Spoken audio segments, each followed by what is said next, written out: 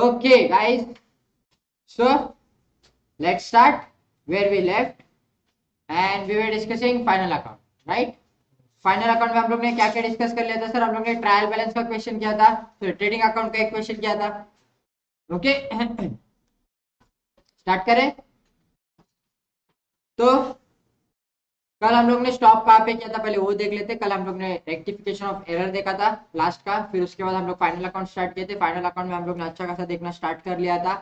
ठीक है, पहले हम लोग ने बहुत सारी चीजें डिस्कस की थी. एक बार वो रिकॉल कर लेते. एक मिनट ओपन करता हूँ मैं वो भी चीजें.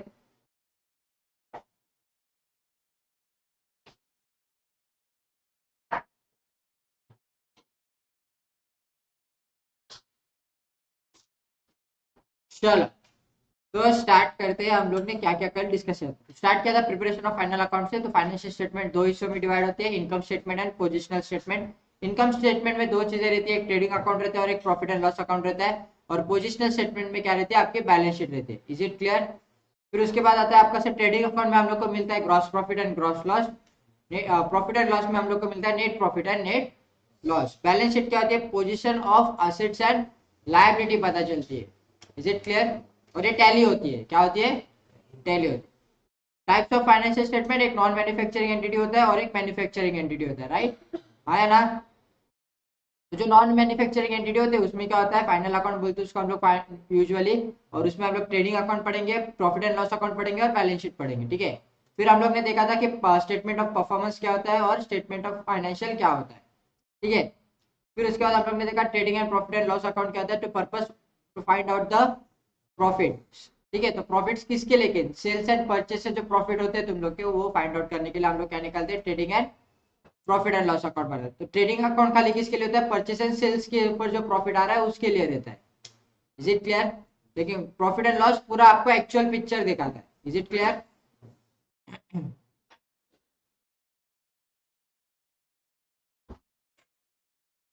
मेरे को लगा बाहर से पड़ी है. फिर हम लोग ने देखे एक्सपेंसेस, है ना? एक्सपेंसेस में हम लोग ने दो टाइप के एक्सपेंसेस देखे थे, direct expense and indirect expenses. ठीक है. चलो, ठीक है. आगे बढ़ते आगे बढ़ते आगे बढ़ते. हाँ, फिर इनडायरेक्ट में हम लोग ने देखा था सर, इनडायरेक्ट में दो तरीके के एक्सपेंस होते हैं, एक होता है ऑपरेटिंग एक्सपेंस और एक होता है नॉन ऑपरेटिंग एक्सपेंस. ठीक है. फिर ऑपरेटिंग एक्सपेंस में हम लोग देखा था कि सर एक ऑफिस एडमिन एक्सपेंस होता है और एक सेलिंग एंड डिस्ट्रीब्यूशन एक्सपेंस होता है. इसे अलग अलग एक्सपेंसेस देखे थे. ठीक है. फिर आ गए थे हम लोग एडजस्टमेंट में. एडजस्टमेंट में हम लोग ने पहला एडजस्टमेंट देखा था कल, अगर मैं भूला नहीं हूँ तो, क्लोजिंग स्टॉक वाला. बराबर. तो क्लोजिंग स्टॉक की एंट्री क्या बताई थी मैंने, every adjustment has how many effects, compulsory नहीं, मिनिमम टू इफेक्ट्स. क्या बोला उन्होंने, मिनिमम टू इफेक्ट्स. ठीक है. तो मिनिमम टू मतलब क्या होता है सर, एक तो दो हो सकते हैं या तो तीन हो सकते हैं. कुछ कुछ एडजस्टमेंट ऐसे रहेंगे जिसकी इफेक्ट ही नहीं होगी, जो क्या रहेगी तुम लोग की खाली इंफॉर्मेशन होगी. वो क्या होगी, खाली. या तक किसी को कोई डाउट नहीं? तो क्लोजिंग स्टॉक के इफेक्ट्स बताओ. पहला इफेक्ट कहाँ पे जाएगा, ट्रेडिंग क्रेडिट साइड, राइट. और दूसरा effect assets. Is it clear to everyone, है ना? चलो, तो अभी जरा एक था, ये वाला क्वेश्चन शायद से मैंने होमवर्क पे दिया था, किया है ना सब लोग ने? क्या है बैलेंस क्या आ रही है मेरी, बताओ जरा आप लोग. हाँ, नेट प्रॉफिट है 43,000 का.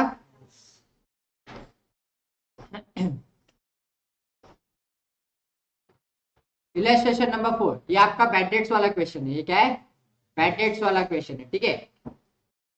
तो मैं कुछ चीजें एक्सप्लेन कर देता हूँ तुम लोग को. पहले ही बैड डेट्स का फॉर्मूला क्या होता है. ठीक है. तो बैड डेट्स का फॉर्मूला क्या होता है भाई, सब bad debts plus further bad debts plus new RDD. RDD stands for reserve for doubtful debts and less old RDD. Is it clear? सब बैड डेट्स कहाँ पे दी जाती है, बैड डेट्स मतलब क्या होता है पहले तो वो बता दो. बैड डेट्स बोले तो सब पैसा डूब चुका है, मतलब हम लोग ने मान लिया है कि अब ये पैसा क्या है, डूब गया।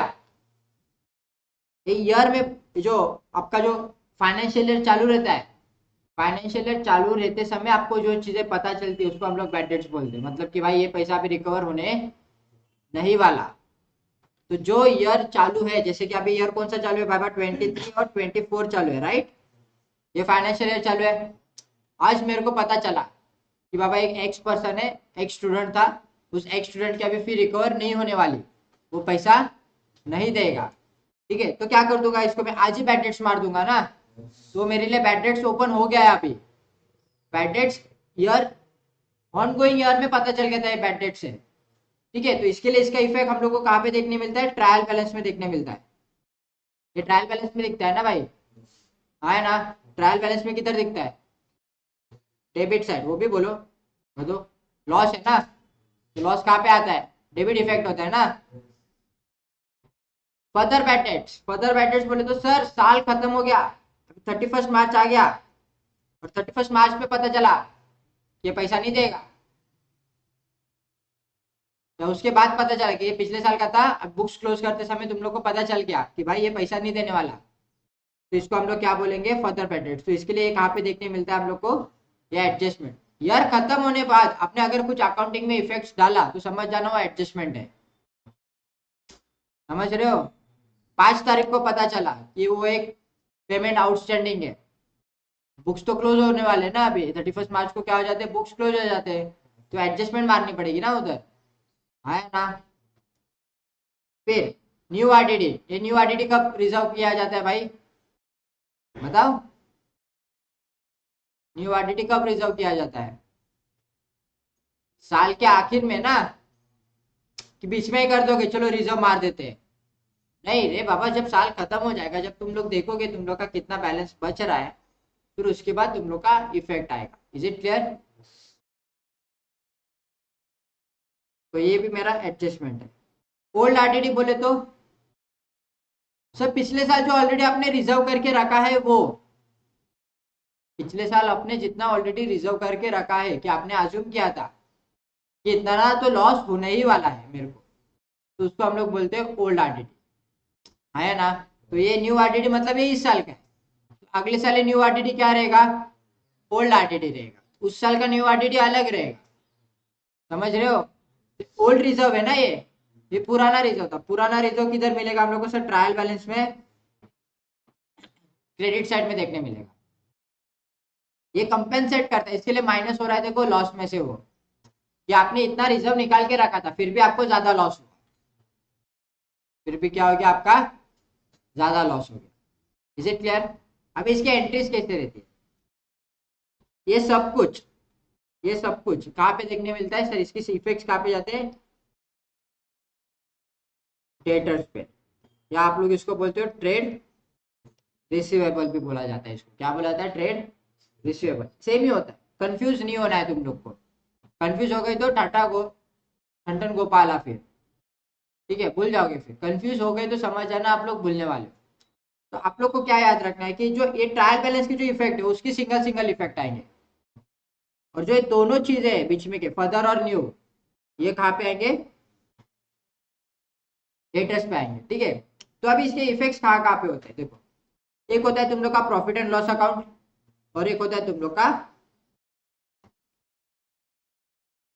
ये मेरा डेबिट साइड है और ये मेरा क्रेडिट साइड है, और ये क्या है मेरा लायबिलिटी है और ये मेरा असेट। तो आपने ऐसा अजीबोगरीब टेबल क्यों बनाया पता चलेगा, क्योंकि हम लोग को इफेक्ट्स जो देने होते हैं वो बैड डेट्स का फॉर्मूला इधर आता है, प्रॉफिट एंड लॉस के डेबिट में ही आता है। कभी क्रेडिट में लेके लिखा है उसको जाके, नहीं सर वो डेबिट में ही आते हैं। तो bad debts plus further plus new RDT and less old RDT. ठीक है, और फिर आता है आपका यहाँ पे, यहाँ पे कौन दिखेगा आपका भी, डेटर्स। ठीक है, इसमें से लेस होगा पहले फर्दर, इसमें से क्या लेस होगा, फर्दर बैड डेट्स। फिर उसमें फिर एक नया फिगर आएगा तुम लोग को, फिर उसमें से लेस करना है हम लोग को न्यू आरडीडी, ठीक है, एक नया फिगर आया, माइनस करने के बाद न्यू आरडीडी माइनस के बाद एक और नया फिगर आएगा, है ना। अगर प्रोविजन फॉर डिस्काउंट बोला गया रहेगा तो क्या बोला मैंने, प्रोविजन फॉर डिस्काउंट, तो वो माइनस होगा यहाँ पे, लेस या फिर रिजर्व फॉर डिस्काउंट लिख दो, रिजर्व फॉर डिस्काउंट आया रहेगा तो वो माइनस होगा और फिर एक नया एक फिगर आ जाएगा। Is it clear? तो जो नया फिगर आएगा ये तुम लोग का आउटर कॉलम में दिखेगा, समझ रहे हो? तो अभी क्वेश्चन देखो कैसा बोलता है, ठीक है। अभी हम लोग मॉडल का इक्वेशन लेते हैं, स्टार्ट करें मॉडल का क्वेश्चन पढ़ना। 1 अप्रैल 2021 provision for doubtful debts exist ₹40,000। तो ये कौन सा आरडीडी है भाई? ओपनिंग आरडीडी दिया है, मतलब साल की शुरुआत में ही आपको आरडीडी बना के रखा है। तो ये कौन सा आरडीडी है? ओल्ड आरडीडी है। ये कौन सा आरडीडी है? ओल्ड। तो मेरी पहली इंफॉर्मेशन क्या थी, मेरा ओल्ड आरडीडी दिया है सर, ओल्ड आरडीडी दिया है। कितना दिया है? 40,000 है। 1 लाख किधर है बे? Trade receivable on 31 March 2021 were 15 lakh. ठीक है, कितना था बाबा? ट्रेड रिसीवेबल कितना था? 15 lakhs का था। तो चलो ट्रेड रिसीवेबल है मेरे टोटल 15 lakhs के, ठीक है। फिर आगे देखो total bad debts, total ₹1 lakh. Bad debts कितने हैं मेरे टोटल भाई? बैड डेट्स कितने हैं?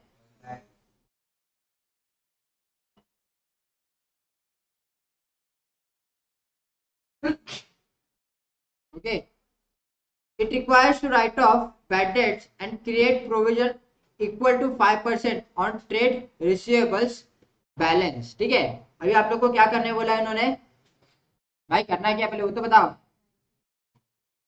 हाँ सर, हम लोग को करना क्या है, सिंपली हम लोग को बैड डेट्स रिड्यूस करना है और उन्होंने क्या बोला है, 5% रिजर्व भी मेंटेन करने बोला है। ठीक है, तो स्टार्ट करें, करे कि नहीं करे? चलो स्टार्ट करते हैं। फिर यहाँ पे ध्यान दो, हम लोग को सिर्फ इतनी इन्फॉर्मेशन दी है और बोला गया न्यू आरडीडी जो है ना तुम लोग का, न्यू आरडीडी वो कितना है? 5% है, बराबर। इतनी सी इन्फॉर्मेशन है तुम लोग के पास, इतनी सी इन्फॉर्मेशन है, ये बिट्टी सी इन्फॉर्मेशन है। अपने को आंसर राइट लाना है, लेकिन अपने को क्या लाना है? राइट आंसर लाना है। स्टार्ट करूं मैं? तो मेरे बैड डेट्स कितने थे भाई? सॉरी, डेटर्स कितने हैं मेरे? टोटल डेटर्स ए 15 लाख। कितने? 15 लाख, बराबर है ना। देखो मैं दोनों, उन्होंने सिर्फ पीएनएल में इफेक्ट दिखाने बताया, लेकिन मैं दोनों दिखा रहा हूँ तुम लोग को, ठीक है। तो आ गया मेरा 15 लाख यहाँ पे, आया ना। चलो ठीक है, फिर उसके बाद बैड डेट्स बोला है, हाँ नहीं, वो फर्दर बैड डेट्स है गधो। वो क्या है तुम लोग का? फर्दर बैड डेट्स है, क्योंकि ईयर एंड में बोला है ना, तो फर्दर बैड डेट्स होता है। तो फर्दर बैड डेट्स कितना है बाबा मेरा? हाँ 1 लाख। तो फर्दर इसमें से माइनस होगा 1 लाख, आया ना। फिर उसके बाद क्या बोला है उन्होंने? अभी बैड डेट्स हो गए, ट्रेड रिसीवेबल हो गए। सर न्यू आरडीडी मेंटेन करना है, लेकिन पहले तो माइनस करना पड़ेगा ना। तो ये 14 लाख माइनस करो, सॉरी 15 में से 1 लाख क्या माइनस किया, 14 लाख है, बराबर। न्यू आरडीडी निकालना पड़ेगा ना अभी। न्यू आरडीडी कितना बोला उन्होंने? 5%। कितना है 5%?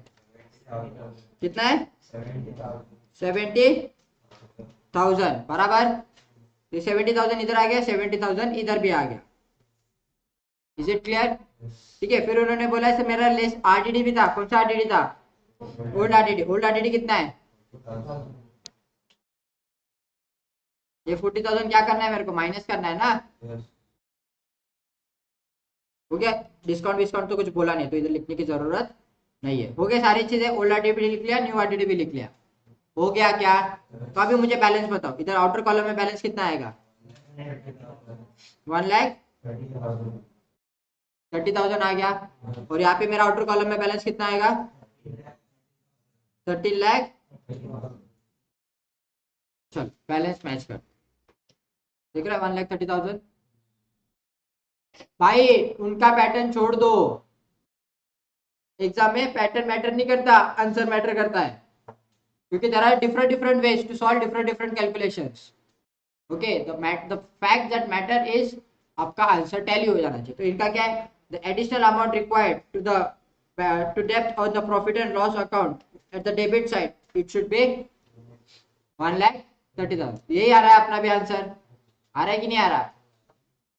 चलो लिख लो।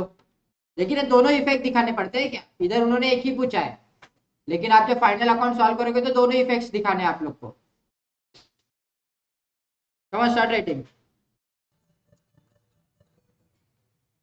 चलो आई होप डन।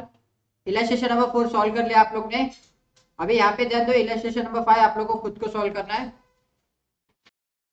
ये रहा आपके स्क्रीन के ऊपर। एडजस्टमेंट में एक ही एडजस्टमेंट है, क्लोजिंग स्टॉक दिया आपको 2,70,000 का, और आपको प्रिपेयर क्या करना है, prepare trading account and profit and loss account. चलो closing stock of 2,70,000।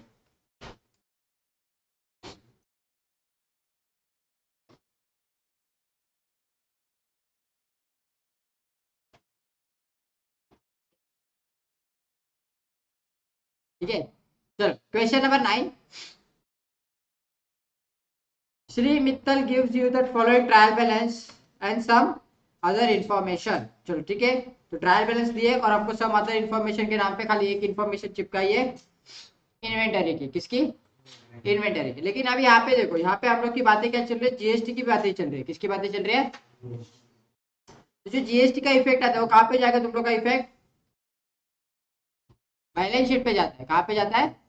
Balance sheet पे इफेक्ट जाएगा। तो तुम लोग को क्या करना है, मैं तुम लोग से मैं बैलेंस शीट की उम्मीद नहीं कर रहा, क्योंकि अभी तक ये इफेक्ट सब लोग को पता नहीं रहेंगे। ठीक है, तो मैं तुम लोग को 10 मिनट का टाइम दे रहा हूँ। तुम लोग को क्या बनाना है, ट्रेडिंग एंड पीएनएल अकाउंट बना के मेरे को प्रॉफिट बताना है। ठीक है ना भाई? हाँ, 1,10,000 दिसत नाही आहे? अच्छा तिथे काहीतरी आलंय ना, 1,10,000। देखो बैच में वरुण बात क्यों क्यों दिख रहे हैं वापिस? क्यों भाई? पोस्टिंग नहीं करना होता, पहले ट्रायल बैलेंस खत्म करना होता है, फिर बाद में पीएनएल खत्म करना होता है। तुम लोग अलग अलग साथ में क्यों बना रहे हो? हाँ, most inappropriate way to do final account. तुम्ही तरी सांगायचं, बघितलं नाही तू? तू सुप्रिया, पहिले कधी पण ना बाळा, पहिले क्वेश्चन वाचायचा। तुम्ही बेसिक्सला म्हणजे माझ्याकडे नव्हतं ना आधीपासून, हे लोक माझ्याकडे तसंच केलंय। तू केलंय की मला तुमच्यामध्ये गॅप दिसतोय खूप मोठा? नाही ना, फक्त ट्रेडिंग अकाउंट बनवते ना तू? तू फक्त ट्रेडिंग पक्का? मग ठीक आहे, फिर बराबर जाईल। नाही क्योंकि त्यांच्यामध्ये गॅप दिसतोय मला इतना। काय स्पेस काय सोडली बाळा? कशाची? अरे ते ठीक आहे, एवढं जागा नव्हती सोडायला पाहिजे बाळा, तू रेडी आहे तू भाई? मध्ये स्पेस कसली आहे ती? मग तेच सांगतोय मी, ते एकत्र नाही बनवायचे। पहिले कधी पण ट्रेडिंग अकाउंट कंप्लीट करा। चलो मैं बड़े बड़े सम करूंगा ना, तब तुम लोग को आइडिया आ जाएगी कि सम कैसे करने हो। ये तो अभी तुम लोग के ही है हवाले। Yes Sidhu, gross profit gross loss how much? 60,23,000 right? 6,23,000 and net profit. Good. Balance sheet भी तुम लोग को ही बनानी है, मैं खाली जीएसटी का कॉन्सेप्ट एक्सप्लेन करने के लिए बैठा है यहाँ पे। ठीक है,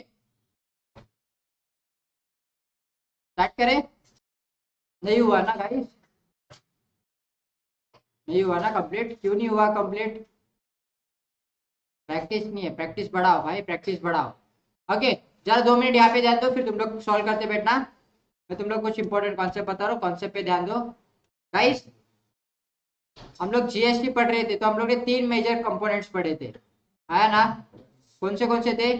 सीजीएसटी, एक मिनट, सीजीएसटी, एसजीएसटी और आईजीएसटी, बराबर है ना? अभी देखो यहाँ पे इंपॉर्टेंट बात है, ये तुम लोग का क्या है? आईटी है, इनपुट है, ये क्या है तुम लोग का इनपुट है। इनपुट पहले तो सेट ऑफ होता है किसके सामने, आउटपुट के सामने सेट ऑफ होता है, लेकिन उसमें भी प्रायोरिटी रहती है, उसमें भी क्या रहती है प्रायोरिटी। अभी सीजीएसटी सबके साथ नहीं होगा, नहीं गलत कर दोगे फिर, नहीं तो गड़बड़ कर दोगे पेपर में जाके, ठीक है। तो जो सीजीएसटी होता है वो सबसे पहले उसकी जो फर्स्ट प्रायोरिटी रहती है वो क्या रहती है, आउटपुट, आउटपुट सीजीएसटी। सीजीएसटी का जो इनपुट है वो पहले तो किसके सामने सेट ऑफ होना चाहिए, आउटपुट सीजीएसटी के सामने। वैसे एसजीएसटी का क्या रहेगा, output C sorry S G S T, और इनपुट का भी सेम रहेगा कि sir output I G S T. Is it clear, पक्का। इनको सेट ऑफ करने के बाद अगर तुम्हारे पास इनपुट बच जाता है, इनपुट बच जाता है और तुम लोग का समझो कि आई और ये वाला कौन सा तो एक एक्स्ट्रा रहता है, तो आप उसके अगेंस्ट सेट ऑफ कर सकते हो। लेकिन अभी इसके सेकंड प्रायोरिटी जो रहती है वो आउटपुट, वो आउटपुट आईजीएसटी है खाली। क्या है मैंने बोला, आउटपुट आईजीएसटी। फिर यहाँ पे क्या आएगा तुम लोग का, आउटपुट आईजीएसटी। और इस आईजीएसटी अगर ज्यादा बचा रहेगा तो किसके सामने सेट ऑफ होगा, बताओ बताओ, इन दोनों के सामने सेट ऑफ होगा, इन दोनों के सामने, output CGST and SGST. Is it clear. ये टेबल इंपॉर्टेंट है। अभी जरा क्वेश्चन पे आओ और टेबल को कंपेयर करते हैं, ठीक है। तो क्वेश्चन में हम लोग को क्या क्या दिया है,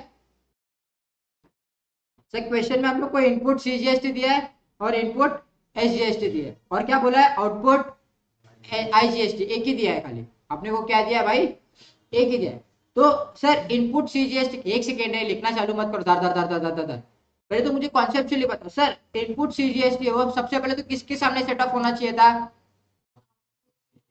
आउटपुट सीजीएसटी। पर आउटपुट सीजीएसटी हम लोग को क्वेश्चन में दिया ही नहीं है, दिया है क्या, नहीं। तो अपने पास क्रेडिट अवेलेबल है सीजीएसटी का, है कि नहीं।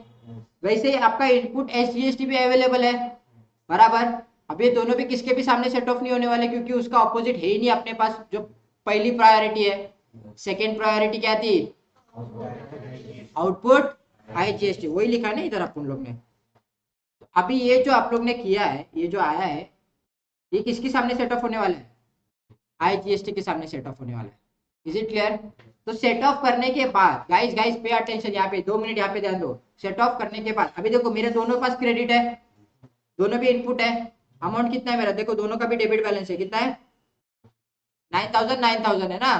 दोनों भी सेट ऑफ कर सकता हूँ ना मैं, आया ना। तो कितना हो गया मेरा बाबा, ये 18000, और कितना मुझे देना है खाली, सेट ऑफ कितना करना है 15000 ना। तो मेरे पास अभी भी एक्सेस बच रहा है ना, क्या बच रहा है एक्सेस, हाँ 3000। Is it clear. लेकिन अभी 3000 कौन सा बच रहा है, इनपुट कौन सा मेरी माता, सीजीएसटी या एसजीएसटी, कौन सा, दोनों कैसा बचेगा रे, दोनों बचा तो 6000 हो गया ना। फिर वो आधा आधा नहीं होता, पहले कुछ तो एक सेट ऑफ करना था। तो पहले तुम लोग सीजीएसटी सेट ऑफ करोगे और फिर एसजीएसटी बचेगा, ठीक है। ये तो ठीक है, इतना तो क्लियर है ना। नहीं तो फिर उधर खाली इनपुट टैक्स क्रेडिट भी लिख के आ जाओगे तभी भी चल जाएगा। इज इट क्लियर, समझा ना। तो अभी एक बार मॉडल चेक कर लेते हैं, मॉडल में क्या लिखा है। ये आ गया ना तुम लोग का 6,23,000 और यहाँ पे 1,83,000 बराबर है। और यहाँ पे देखो क्या बोला, इनपुट एसजीएसटी। मैंने क्या बोला था, पहले कौन सा सेटअप होता है तुम लोग का, सीजीएसटी, और फिर उसके बाद क्या सेटअप होता है, एसजीएसटी। तो पहले तो पूरा 9000 गया, तो बचा कितना, अभी 6000 की लाइबिलिटी बची ना। तो 6000 की लाइबिलिटी किधर से सेट ऑफ करोगे, एसजीएसटी से। तो कितना सेट ऑफ करोगे, सही 6 ही लोगे ना। असेट कितने का बचा, 3000 का। तो देखो यहाँ पे लिखा है आउटपुट आईजीएसटी लाइबिलिटी, आउटपुट थी ना, लाइबिलिटी थी ना, is paid by utilizing input CGST of 9000 and input SGST of 6000. तो बैलेंस क्या है, thereafter the closing balance of input SGST of 3000 is reported in directly balance sheet. आया ना, effect clear है सबको। भाई ये टेबल इंपॉर्टेंट है कि मजाक मजाक में नहीं लिखा है मैंने ये, आगे अगला क्वेश्चन तो इससे भी बड़ा है। क्लियर छे? ये टेबल इंपॉर्टेंट टेबल छे बाबा। ये फर्स्ट प्रायोरिटी है, सेकंड प्रायोरिटी है। वैसे ये फर्स्ट प्रायोरिटी और ये सेकंड प्रायोरिटी, ठीक है, जब सेट ऑफ करने की बात आती है। Guys done everyone? ओपन है मॉड्यूल, मॉड्यूल ओपन करो। चलो फटाफट सब लोग अपना अपना। क्वेश्चन थोड़ा बड़ा है ना, तो इसके लिए मॉड्यूल ओपन करने बोलो। नहीं वैसे तो इतना भी बड़ा नहीं है, मत रखो। चलो स्टार्ट करो, करो ओपन करो, स्टार्ट करो, सॉल्व करना है भाई। सिर्फ ट्रेडिंग अकाउंट बनाना है और पीएनएल बनाना है। बैलेंस शीट में बताऊंगा उसके बाद ही बनाना है, क्योंकि जीएसटी देख सकते हो इसमें क्या क्या दिया है उन लोग ने, ठीक है। तो खुद से सॉल्व नहीं करना, पहले मैं बताऊंगा फिर सॉल्व करना है। पेज नंबर है तुम लोग का मॉड्यूल में 7.47। डन? चले, चलो आई होप आप लोग ने ट्रेडिंग अकाउंट बना दिया, पीएनएल अकाउंट बना दिया। एक बार चेक कर लेते आपका राइट आया कि रॉन्ग है। जरा बताओ क्या प्रॉफिट आ रहा है? हाँ कितना? 5,62,000 बराबर है। And net profit comes out to be 1,52,000 बराबर है सबका। चलो अभी आप बात करते हैं वर्किंग नोट पे आते हैं। वर्किंग नोट में जो इंपॉर्टेंट वर्किंग नोट है हम लोग उसके ऊपर बात करने वाले हैं, ठीक है। तो इंपॉर्टेंट वर्किंग नोट क्या थी भाई अपनी? ये जीएसटी वाली, ठीक है, आया ना। तो कितने टाइप्स के जीएसटी होते हैं भाई? एक होता है आपका, सबसे पहले तो आता है आई जी एस टी, फिर आता है सी जी एस टी, फिर आता है एस जी एस टी, बराबर आया ना। अभी आपके पास, आपको आपका आउटपुट कितना है पहले तो आउटपुट चेक करो। वहां आउटपुट दिया है अपने को, तो आउटपुट तो तीनों का दिया है कि नहीं? कितना है आउटपुट बताओ? 886। तो पहले ऊपर आएगा मेरा 6,000, है ना। फिर यहाँ पे आएगा 8,000 और ये भी आ जाएगा मेरा 8,000, बराबर। मेरा इनपुट कितना है? अभी मेरा इनपुट चेक करना पड़ेगा मुझे, बराबर कि नहीं। तो इनपुट कितना है मेरा? कितना है इनपुट? तो इनपुट आप अगर देखोगे तो आईजीएसटी का इनपुट है ही नहीं मेरे पास, है क्या? नहीं है। चलो ठीक है, सीजीएसटी का है, हाँ है, तो ले लो। कितना है? 10,000 का है, बराबर। उसमें से ये कितना है पापा? एसजीएसटी का भी 10,000 का है, बराबर। चलो ठीक है, तो अभी इसमें से पूरा तो यूज नहीं होने वाला, तो बैलेंस इनपुट बच रहा है ना। तो बैलेंस इनपुट आ गया मेरा कितना पापा? 2,000 का और 2,000 का। ये 2,000 कहाँ यूटिलाइज करूंगा मैं? वही बताया ना मैंने यहाँ पे ऊपर कि भाई पहले सीजीएसटी और एसजीएसटी खुद का देखेंगे, पहले स्वतः मास। एरोप्लेन में बताया ना क्या होता है। एरोप्लेन में बैठे हो, कोई बैठा इधर एरोप्लेन में? नहीं बेटा तो बता दे दो तुम लोग को। एरोप्लेन में जब बैठते हो तो जो एयर होस्टेस आती है तुम लोग को, मतलब जो पायलट आता है, एयर होस्टेस आके तुम लोग को इंस्ट्रक्शन देते हैं, उन लोग का इंस्ट्रक्शन क्लियर रहता है। अगर एरोप्लेन में कुछ हो गया, ऑक्सीजन लेवल कम हो गया, तो पहले खुद का मास्क लगाना, बाद में दूसरों की सहायता करना। इसका क्या मतलब होता है? नहीं तो खुद भी मरोगे, उसको भी लेके जाओगे। एक का जिंदा रहना दोनों के मरने से बेटर है, समझ रहे हो कि नहीं? जब बैठोगे ना तब पता चलेगा, टेंशन मत लो। अभी तुम लोग फील नहीं कर पा रहे ना मेरी बातों को। तो अभी क्या हो गया सर? यहाँ पे ये आ गया, 2,000 बच रहे। तो अभी मैंने क्या बताया था कि पहले खुद का देख लिया, अभी किसका देखेंगे ये लोग?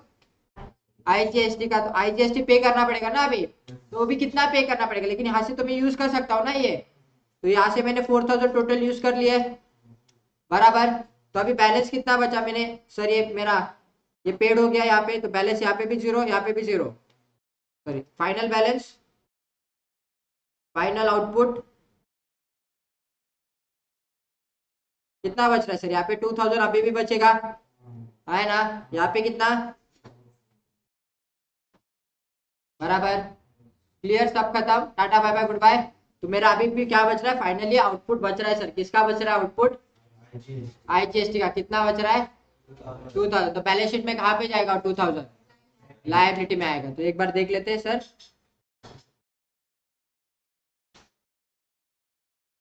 Output IGST 2,000। Is it clear? पक्का? वर्किंग नोट देखना है? देखो वर्किंग नोट यहाँ पे तुम लोग के सामने ही है, ठीक है। चलो स्टार्ट करो बैलेंस शीट बनाना अभी, और वर्किंग नोट ये रहा तुम लोग के सामने यहाँ पे। चलो आगे क्वेश्चन स्टार्ट करने से पहले कुछ एडजस्टमेंट किए जाए। चले, told but omitted to be recorded, goods told but omitted to be recorded, dual effect बताओ कहाँ पे आएगा।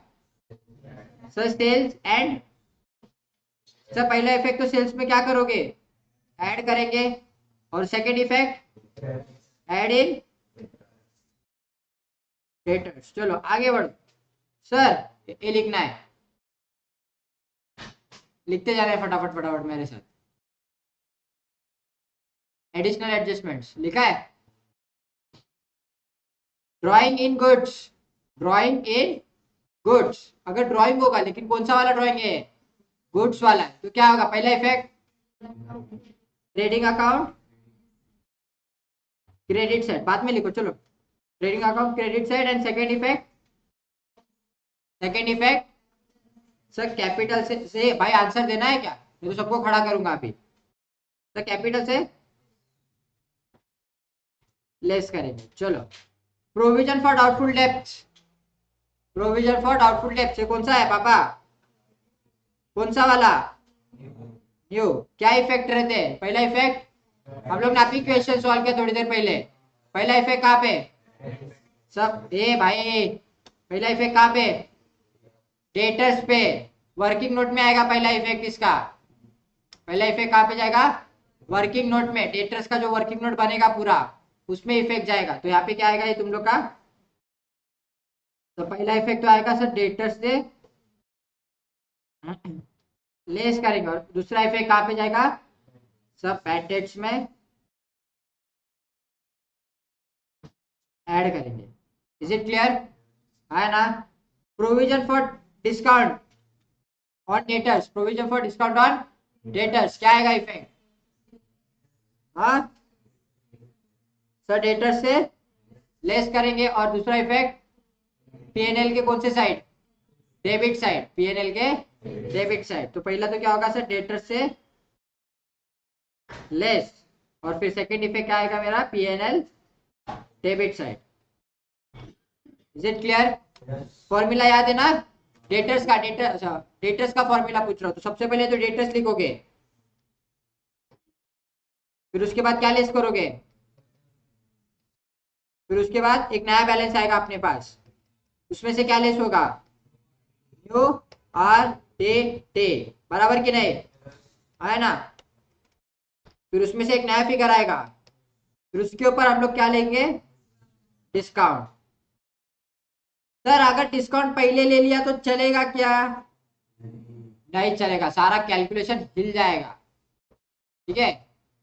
अर्थक्वेक की तरह तुम लोग का पूरा डेटर्स का कैलकुलेशन हिल जाएगा, और बैलेंस शीट टैली होगी लेकिन गलत अमाउंट पे टैली होगी। तो जब तुम लोग को लगता है ना कि भाई बैलेंस शीट टैली हो गया, अभी अपना सब 100% राइट है, नहीं, जिंदगी उसी के साथ खेलती है। अगर जिसका एक अगर ऊपर एंट्री मार दिया आपने पहले, डिस्काउंट अगर पहले ही ले लिया, तो समझ आ रहा है आपका टन गोपाला हो गया, आपका एंट्री क्या होने वाला है, अभी गलत होने वाला है। इज इट क्लियर, सब अदर बैड डेट्स अभी डिस्कस किया, अदर बैड डेट्स के इफेक्ट्स कहाँ आएंगे भाई, हाँ सर डेटर्स से लेस, और उसके बाद बैड डेट्स में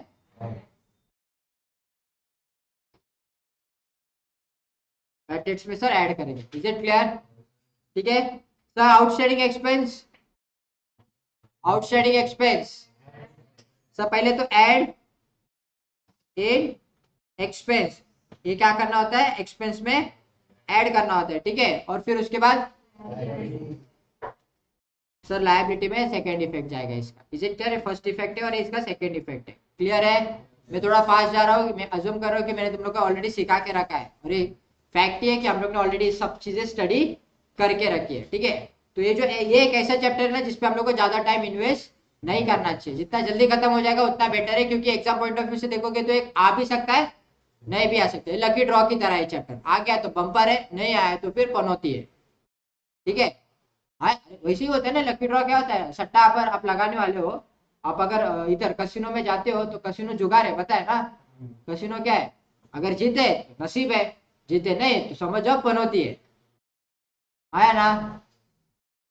प्रीपेड एक्सपेंसेस, एक्सपेंसेस पहले से पे करके रखा है भाई, या हम लोग ने अभी इस टाइम में भी हम लोग ने शायद से अप्रूवल के टाइम पे पढ़ा था ये सारी चीजें, है ना। तो अभी सिर्फ इफेक्ट पास कर रहे हैं। बताओ प्रीपेड एक्सपेंस, सर एक्सपेंस से लेस होगा, less from expense and second effect जाएगा मेरा असेट्स में, है ना। यहाँ पे किसको कोई डाउट, पहला और ये दूसरा। Sir earn, earn earn income, ये अर्न अर्न इनकम क्या होता है, इधर आगे लिखा भी है इनकम रिसीव्ड इन एडवांस, कम से कम वो तो देख के पढ़ लेते। हाँ, अर्न अर्न इनकम मतलब कि भाई इनकम तो हो गई है लेकिन अभी तक आपने उसको कमाया नहीं है। कमाओगे कब, जब आप उसको सर्विस प्रोवाइड करो। किसी ने आपको एडवांस में पैसा दिया है तो पैसा तुम लोग का हो गया क्या, हो गया क्या तुम लोग का, नहीं क्यों नहीं हुआ, क्यों नहीं हुआ भाई बताओ, क्योंकि अभी तक आपने उसको सर्विस प्रोवाइड नहीं किया। जिस वक्त आप उसको सर्विस प्रोवाइड कर दोगे वो इनकम आपकी हो जाएगी। तो इसके लिए उसको क्या बोला गया, नाम देखो कैसा एकदम डिफिकल्ट नाम रखा है मैंने, अर्न अर्न इनकम, तो कुछ तो नया है ये, है कि नहीं। ये तो हमेशा क्या पढ़ते हैं हम लोग, एडवांस इनकम, मतलब तो वही है। ये बाप रे, रुको जरा मेरा डिस्प्ले बंद हो गया।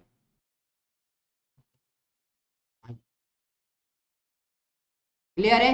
तो अर्न इनकम का इफेक्ट कहा जाएगा, बराबर है।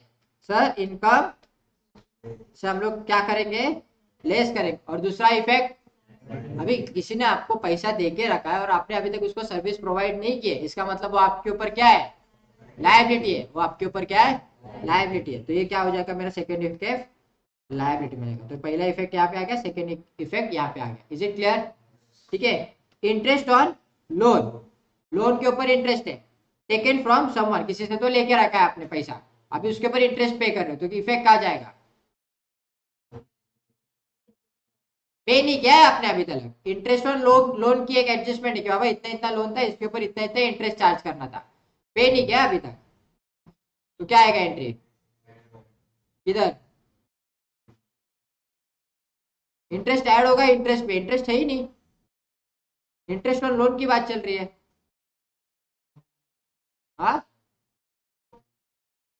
पहली बात तो बताओ, इंटरेस्ट ऑन लोन अपने लिए इनकम है कि एक्सपेंस है, पहला इफेक्ट तो क्लियर है कि सर डेबिट में इफेक्ट गिरेगा।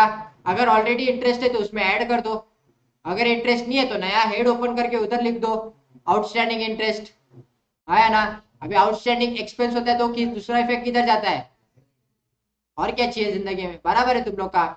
Is it clear. तो पहले इफेक्ट कहाँ पे जाएगा सर, पीएनएल के डेबिट में जाएगा। अगर इंटरेस्ट रहेगा तो उसमें ऐड कर दो, अगर इंटरेस्ट नहीं है तो आउटस्टैंडिंग इंटरेस्ट करके खड़ा कर दो। Is it clear. और दूसरा इफेक्ट कहाँ पे जाएगा तुम लोग का, लायबिलिटी में। Is it clear. ये पहला इफेक्ट आ गया और ये दूसरा इफेक्ट आ गया, पक्का। आगे बढ़े, मैनेजर्स कमीशन, मैनेजर का कमीशन, हाँ, पहला इफेक्ट पीएनएल के कौन से साइड, अभी खर्चा है ना ये, कमीशन पे करना मतलब खर्चा। और दूसरा इफेक्ट,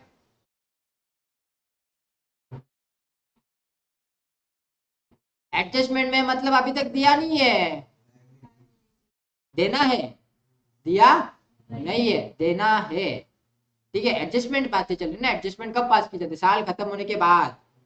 भाई फाइनल अकाउंट हमेशा, तुम लोग को लगता है ना फाइनल अकाउंट 31 मार्च को रेडी रहता है, घंटा कभी नहीं रेडी रहता, कभी रेडी नहीं रहता फाइनल अकाउंट। ये लोग देखो अकाउंटेंट है, अभी 31 मार्च आ रहा है, आ रहा है ना, अभी बुक्स क्लोज होने चाहिए थे ना, कितने बुक्स क्लोज हुए पूछो इनको, भाई एक भी बुक क्लोज होती है नहीं, क्योंकि होती ही नहीं है भाई, नहीं होती, किसी भी किसकी भी बुक क्लोज नहीं होती 31 मार्च के दिन पे। उसके बाद तो एक्चुअल काम शुरू होता है, उसके बाद एक्चुअल काम शुरू होता है। तो बुक्स क्लोज करने का टाइम कब तक रहता है पता है तुम लोग को, तुम लोग को क्या लगता है कब तक होना चाहिए बुक्स क्लोज, क्या, अरे भाई 31 मार्च तुम लोग को सिखाया जाता है ना कि 31 मार्च को बुक्स क्लोज होता है, छप बुक्स क्लोज। एक्चुअली बुक्स कब तक क्लोज होने चाहिए थे 31 मार्च के बाद भी, अगर टाइम देता हो तो कितना 8 दिन चाहिए तुम लोग को, हाँ हाँ, सर्वेश बता रहा, सर्वेश बता कितना टाइम। हाँ? 1 महीना, 1 महीना, 2 मंथ्स, 2 मंथ्स अनुज, 2 मंथ्स तो विनायक 1 मंथ, सिद्धू 1 या 2, क्या बोल रहे समझ में नहीं आ रहा मेरे को, ये बता भाई। 30 सितंबर तक का टाइम रहता है। कब तक का टाइम रहता है बुक्स क्लोज करने का? 30 सितंबर का। इसके लिए सितंबर में सबसे ज्यादा प्रेशर रहता है देखो सीए फर्म्स पे। क्यों? क्योंकि तब एक्चुअली भाई अभी होते सितंबर आ गया, अभी सब काम पे लग जाओ चुपचाप। सितंबर अक्टूबर मतलब भाई मौत वाले दिन रहते हैं सीए फर्म में। 12-12, 1-1, 2-2 बजे तक बैठ के काम करना पड़ता है। क्यों? क्योंकि बुक्स क्लोज हो रहे रहते हैं। तो तुम लोग को लगता है ना 31 मार्च को बुक्स क्लोज होते हैं, घंटा कभी क्लोज नहीं होते। वो 31 मार्च पे क्लोज डेट है, वो क्लोजिंग डेट है। वो फाइनेंशियल ईयर खत्म हो गया, अभी नया फाइनेंशियल ईयर चालू हुआ है। लेकिन जो जो नया फाइनेंशियल ईयर तुम लोग का चालू हुआ है उसमें जो बुक्स क्लोज हो रहे हैं वो पिछले साल के हो रहे हैं। उस साल का अकाउंटिंग चालू हो गया, उस साल का अकाउंटिंग चालू हो गया है। लेकिन जो बुक्स क्लोज होने वाले वो अगले साल होने वाले हैं मेरे। अभी ये तो 31 मार्च खत्म हो जाएगा। इलिट गुरुकुल की बैलेंस शीट कब तक मिलेगी तुम लोग को? एक दो मतलब ऐसा नहीं कि 30 सितंबर तक ही खींचना होता है सबको, नहीं। अगर आप कुछ इन हाउस की जो क्लाइंट्स है हम लोग की, उसको हम लोग अप्रैल में खत्म कर देंगे। उन्होंने टाइम दे के रखा है कि भाई ये लास्ट डेट है क्या, 30 सितंबर। उसके आगे आज चू चू चू नहीं करना है तुम लोग को कि सर वो रह गया ये रह गया। तो कितना महीना बढ़ा है उन्होंने? अप्रैल मई जून जुलाई अगस्त एंड सितंबर, 6 महीना एक्स्ट्रा दिए बुक्स क्लोज करने के लिए। Is it clear to everyone? समझ रहे हो कि नहीं? तो मैनेजर्स कमीशन तो क्या आएगा बाबा इफेक्ट? एक तो जाएगा प्रॉफिट एंड लॉस डेबिट, और दूसरा इफेक्ट आएगा इसका लायबिलिटी, है ना? एक्सपेंस है ना, देना बाकी है, दिया नहीं है। कैलकुलेशन ऑफ बैड डेट्स, भाई हम लोग ने अभी कैलकुलेशन किया, जरा एक बार फॉर्मूला रिकॉल रिकॉल कर लेते फटाफट। आया ना? बताओ। Bad debts, bad debts plus further bad debts plus new R D D and less old R D D. Bad debts का दूसरा इफेक्ट कहाँ पे रहता है बाबा? डेटर्स के ऊपर रहता है। डेटर से क्या पहले लेस करते हैं? फर्दर, है ना? फिर उसके बाद less new R D D और less discount. Is it clear? क्या हुआ कशात? डिस्काउंट दिला असलं तर पॅकेट्स मध्ये येणार की नाही येणार? नाही येणार। डिस्काउंट को अलग से दिखाना होता है। डिस्काउंट को अलग, डिस्काउंट अलग से टर्म है बाबा, वो उसका साथ नहीं है। लेकिन हाँ मैं डेटर्स का फॉर्मूला बता रहा था तुमको। इसमें से क्या आने वाला है इसमें, ये तो ये दो ही चीज है, ठीक है। लेकिन ये डिस्काउंट का सिर्फ तुम लोग का एक रिमाइंडर है खाली, उसका ट्रीटमेंट अलग से होगा पीएनएल में। आप इधर आके चुपचाप अगर इसमें से माइनस कर दिया ये डेटर्स, गलत, पूरा क्वेश्चन ही गलत। समझ रहे हो कि नहीं? पूरा क्वेश्चन ही गलत हो जाएगा। तो गलती से भी इधर आके माइनस नहीं करना है भाई, उसको अलग से ही दिखाना है, टू प्रोविजन फॉर डिस्काउंट जो भी अमाउंट है। आप इधर आके माइनस कर दिए उसको तो समझ आना गड़बड़ कर दिया आप। Is it clear? Calculation of depreciation आगे। Calculation of depreciation, sir calculation of depreciation है तो हमको आता है, असेट के ऊपर जितना भी परसेंट हो मार दो, बराबर है। लेकिन लेकिन अगर दो असेट्स अलग अलग बताए रहेंगे तो अलग अलग पीरियड के, तो पीरियड वाइज लेना पड़ेगा ना, है ना? ओपनिंग असेट था 10 लाख का, ठीक है। 1 अक्टूबर को मैंने और 5 लाख के असेट्स परचेस किए, ठीक है। और डेप्रिसिएशन है 10%। तो भाई कितना आएगा टोटल डेप्रिसिएशन ईयर एंड में, कितना आएगा मेरा? हाँ 1,25,000। कैसे आया सर? इसके ऊपर पूरा 10% लगेगा मेरा, इसके ऊपर पूरा 10% कितना आ रहा है? 1 लाख आ रहा है, बराबर। और इसके ऊपर कितना? इसके ऊपर भी 10% लगेगा, लेकिन कितना? इंटू 6/12 करना पड़ेगा। तो इसका आंसर कितना आ रहा है? 25,000। तो दोनों को ऐड करना होता है, तो टोटल कितना है? 1 लाख। Is it clear? है ना?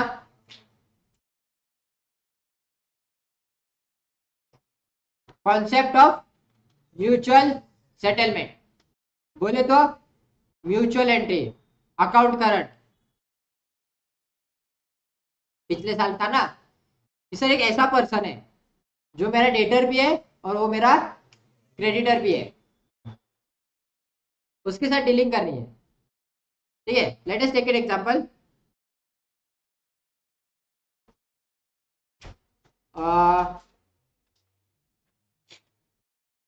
सिद्धार्थ, सिद्धू, मेरा सिद्धू के साथ ट्रांजेक्शन होता है, सिद्धू मेरे साथ भी ट्रांजेक्शन करता है। सिद्धू क्या सेल करता है? सिद्धू वुड सेल करता है। सिद्धू क्या सेल करता है? वुड्स। क्लियर है? सिद्धू ने सेल किया किसको? वुड्स, विनायक को। ठीक है, सिद्धू ने सेल किया विनायक को। और अभी विनायक का काम क्या था? फर्नीचर बनाना। विनायक ने क्या किया? विनायक ने इसको फर्नीचर सेल किया। विनायक ने इसको कितना क्या सेल किया? फर्नीचर। किसको? सिद्धू। बराबर। जो सिद्धू ने वुड्स बेचा था इसको, वो कितना था? 10,000 का था। ठीक है, और यहाँ पे ये जो फर्नीचर विनायक ने सिद्धू को बेचा है वो 12,000 का है। वो कितने का था? 12,000। तो now in books of Vinayak, Vinayak के बुक्स में, अभी हम किसके बुक्स में? विनायक। तो विनायक के बुक्स में सिद्धू कौन है? हाँ बताओ ना, विनायक के बुक्स में सिद्धू कौन है? डेटर भी है और क्रेडिटर भी है ना। लेकिन अभी इन लोग के बीच में ना सेटलमेंट हो गया। इन लोग के बीच में अभी इसकी बैलेंस शीट दिख रही है इसी विनायक के बुक्स में। विनायक के बुक्स में सिद्धू इधर भी दिखेगा